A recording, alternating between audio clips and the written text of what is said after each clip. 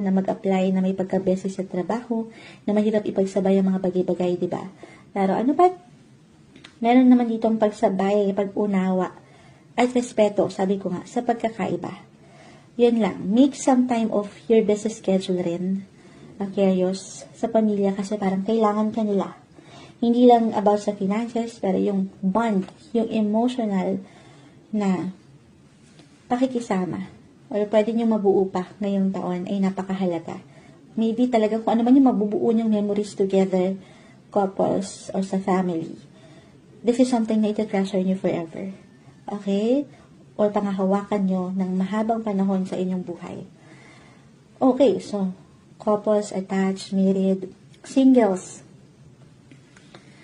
Singles, maaaring mag-apply yung na-mention ko. Okay, maaaring mag-apply rin yung pagka-busy sa trabaho at dito may pagkapagod. At yan, baka mawala naman kayo ng time